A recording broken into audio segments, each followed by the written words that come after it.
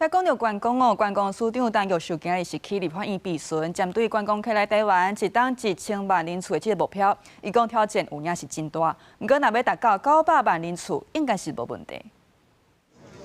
高官就任，加做头一位非公务体系出身的观光署长陈玉秀早起，头一摆去立法院报告，就半年经过移民署入境资料来台旅客突破419万人次，比去年同期有成长10%来台市场，结果以东北亚城南向，加其他市场各占大约30多。有多少是旅客？有多少是可能是移工？有多少是相关的人员？统计方式呢是跟全球一致的哦，所以标准上面是大家都是一样的计算方式。是，所以说它里面419不是全都是旅客嘛？这你也承认嘛？是。我们恢复那么慢，这个不能拿来说嘴了。对关心观光旅游的业者跟国人来说是无法交代的。还是要朝1000万前进。